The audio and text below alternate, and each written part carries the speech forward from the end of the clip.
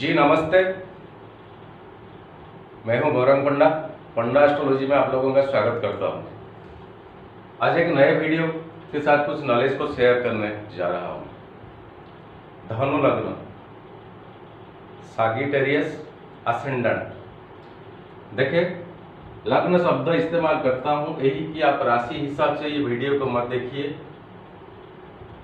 ये आपका 9 नंबर धनु साइन होता है और यहाँ पर आपका 1 लिखा होगा तब तो ये आपका धनु लग्न ही होगा।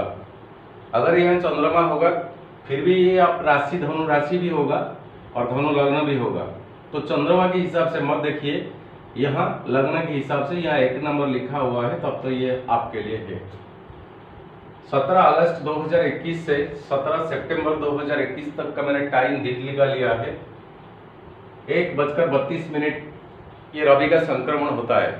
हर वीडियो मेरा संक्रमण से संक्रमण तक रवि का मतलब संक्रांति से संक्रांति अगले महीने तक का। तो ये डेटेड को रवि का संक्रमण होता है और पहले से आपका 8वां घर में था कर्कट साइन में रवि संक्रमण होता है इसी डेट को इसी टाइम को। धनु लग्न, अगर इसी टाइम में कोई बच्चा या कोई बच्ची का जन्म होता है तो इसे एक पॉजिटिव योग मिलता है बुधादित्य योग, और एक नेगेटिव योग मिलता है केमद्रुम योग। एक पे बुधादित्य योग और केमद्रुम योग। केमद्रुम योग अच्छा नहीं है उतना, वो एक अलोनलेस लाइफ हो जाता है, लास्ट लाइफ ठीक से कटता ही नहीं, अकेलापन सब कुछ होते हुए भी। ये इस तरह का पनिशमेंट पिछले जन्म का किए हुए कर्म के अनुसार केमद्रुम योग मिलता है।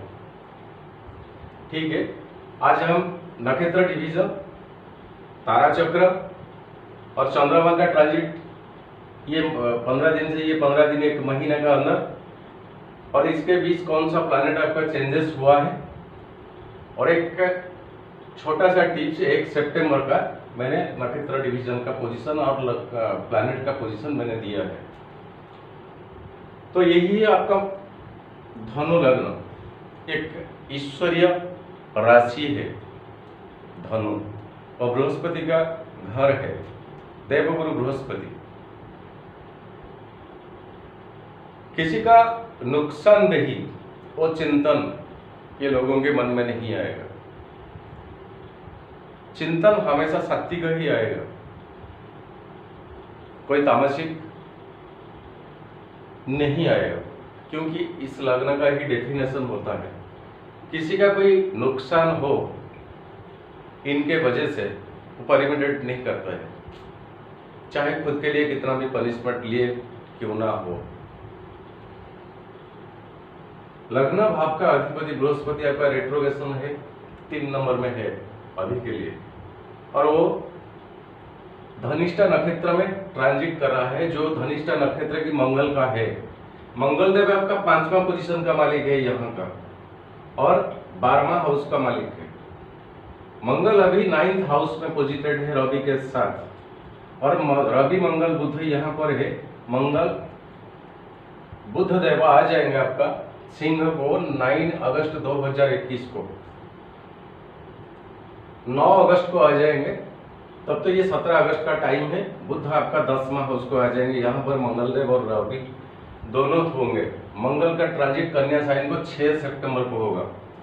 मंगल 6 सितंबर को आपका 10वां हाउस को ट्रांजिट करेंगे, 6 सितंबर को।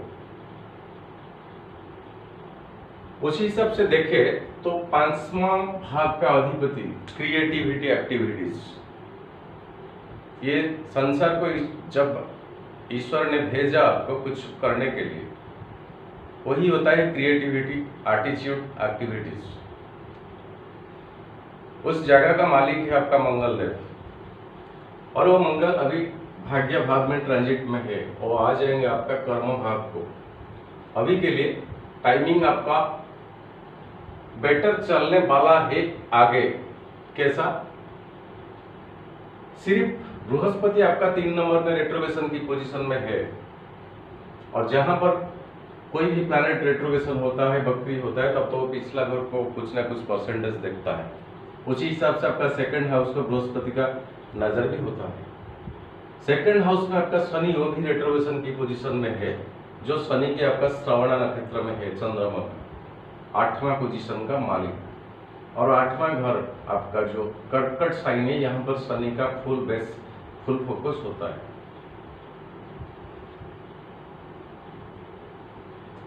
पारिवारिक जिंदगी जो कपल लाइफ होता है,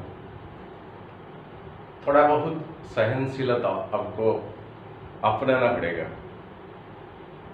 जुबान बात जो बोली होता है वो सेकंड हाउस वहाँ पर शनि होता है, जो कि यहाँ पर कुछ ना कुछ इस तरह का कड़वा बात निकल जाने से वो ये 8वां पोजीशन के ऊपर इम्पैक्ट पड़ेगा डायरेक्टली 7th हाउस, जो कि अनएक्सपेक्टेशन गेन है। और वो 7वां हाउस से सेकंड हाउस, 7वां हाउस आपका स्पाउस का कारक है, वहां का सेकंड हाउस, आपका सेकंड हाउस, आपका स्पाउस का सेकंड हाउस, ये जो तानातानी होता है बीच बीच में, कोई किसी को कंप्रोमाइज करने के लिए रेडी नहीं है, तब तो बात बढ़ ही जाएगा। आपका लगने से सेकंड हाउस में शनि है, आपका स्पाउस जो 7वां, उसका सेकंड हाउस आपका 8th हाउस है, जो कि चंद्रमा का, और यहाँ पर शनि का 7वां दृष्टि है। और शनि ऑलरेडी आपका चंद्रमा का नक्षत्र में ट्रांजिट पे है। अभी देखा जाए तो चंद्रमा आपका साधक तारा में पड़ता है, मतलब आप कोशिश करें तो सॉल्व हो जाएगा, मैनेज करें तो अब तो सॉल्व हो जाएगा आपका निजी जिंदगी, पारिवारिक का जिंदगी। थोड़ा बहुत कंप्रोमाइज करें तो अपने आप सुलझ जाएगा, कोई प्रॉब्लम दिक्कत नहीं होगा आपके लिए, ये सही है।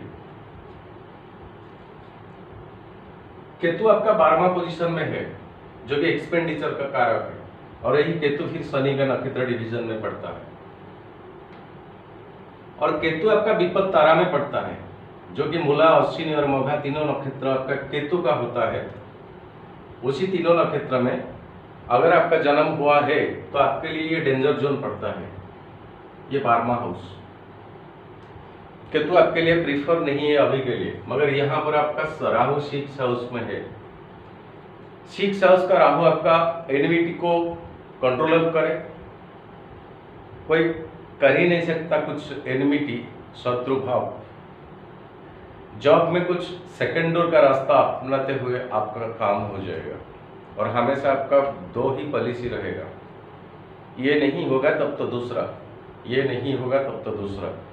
हमेशा ऑप्शन में आपका हाथ में एक रहता है, एक पॉइंट जिससे बोला जाता है बैक डोर। राहु की वजह से आपका बैक डोर भी सक्सेस होने वाला है इसी ट्रांजिट में। अभी के लिए राहु यहाँ पर ट्रांजिट और आगे है, केतु भी यहाँ पर है, मगर 12th हाउस केतु का ट्रांजिट, ये हाउस आपके लिए अच्छा नहीं है। और केतु ऑलरेडी शनि के नक्षत्र डिवीजन में आता है और विपद तारा में आता है, तो उसी हिसाब से आपका एक्सपेंडिचर जो एकदम आलोन टाइम, जो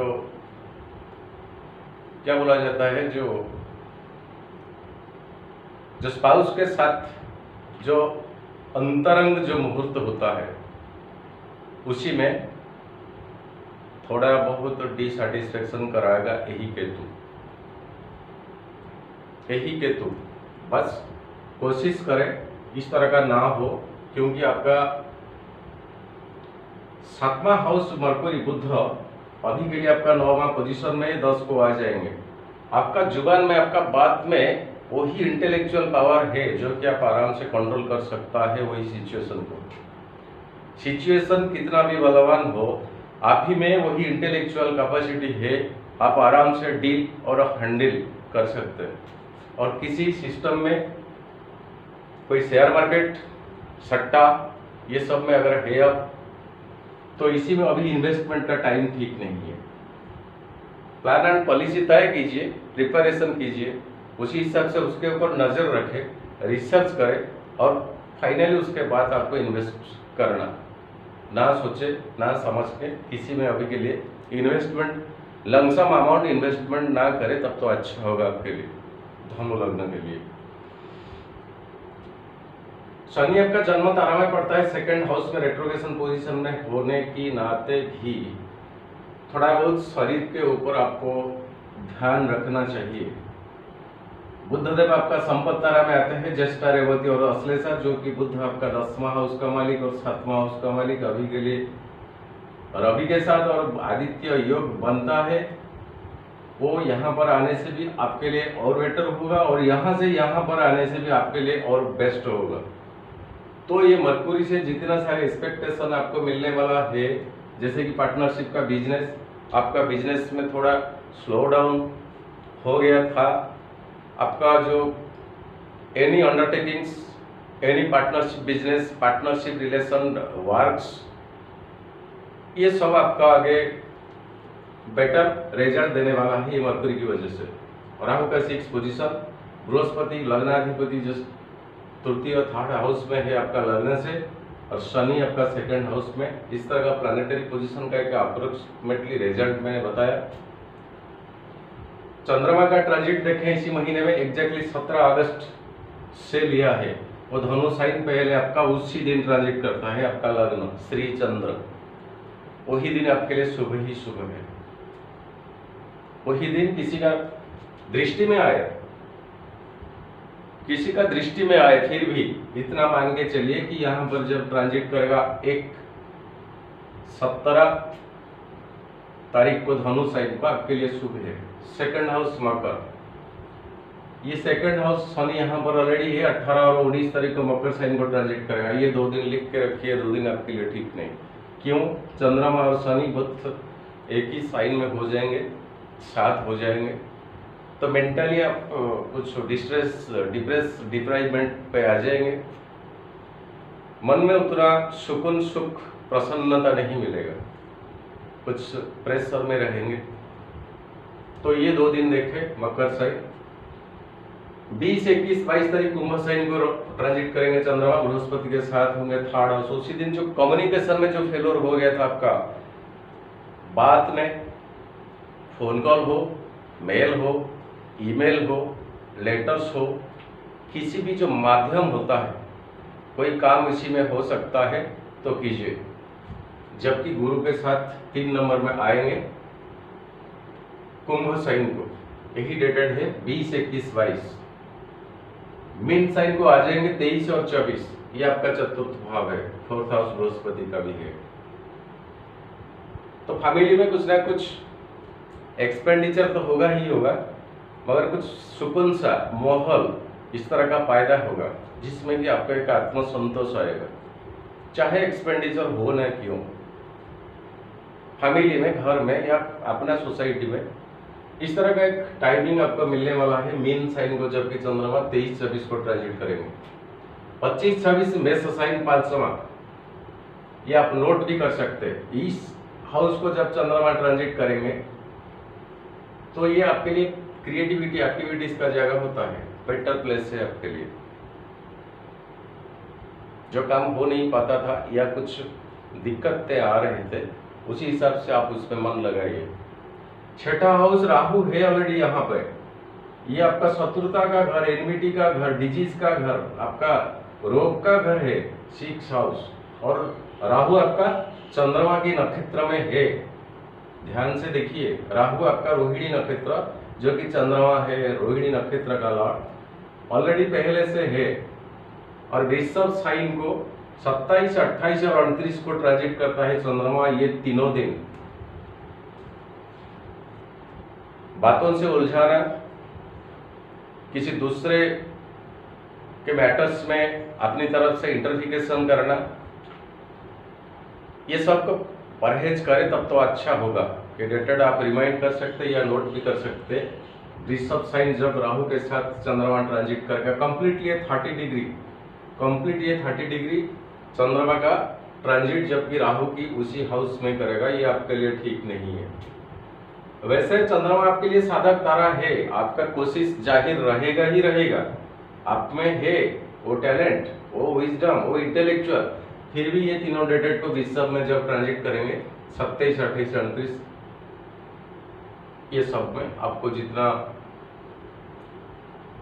30 और 31, 30, 31 मिथुन साइन 7वां, यही 7वां हाउस जब चंद्रमा ट्रांजिट करेगा स्पाउस के साथ अच्छा सा एक गुड रिलेशन, आपका बिजनेस में कुछ क्या डिस्प्यूट था अगर आपका पार्टनर से या आपका जो हायर अथॉरिटी से या कॉन्ट्रैक्टर से या लो लेवल जो लेबरर से, अगर इस तरह का है आपका बिजनेस, तो कुछ सुधार आने वाला है उसी डेटेड को, जबकि मिथुन साइन को ट्रांजिट करेगा। कर्कट साइन खुद का घर है चंद्रमा का, सितंबर 1, 2, 3 तारीख को ट्रांजिट करेगा, 8 तारीख का। ये 8वां हाउस आपके लिए ठीक नहीं है।